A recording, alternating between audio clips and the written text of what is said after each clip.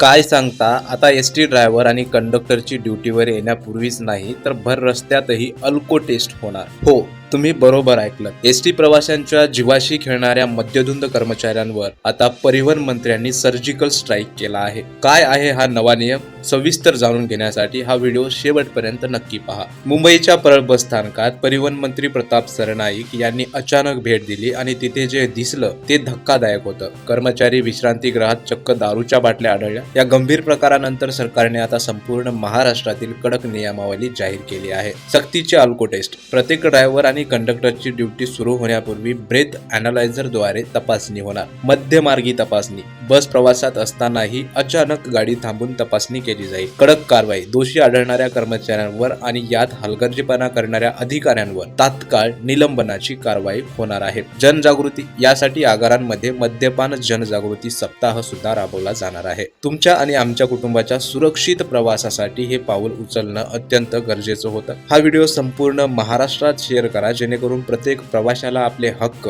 आणि सुरक्षा नियमांची माहिती मिळेल. तुम्हाला हा निर्णय कसा वाटला? कमेंटमध्ये नक्की सांगा आणि अशाच महत्त्वाच्या बातम्यांसाठी आपल्या चॅनलला सबस्क्राईब करा. धन्यवाद.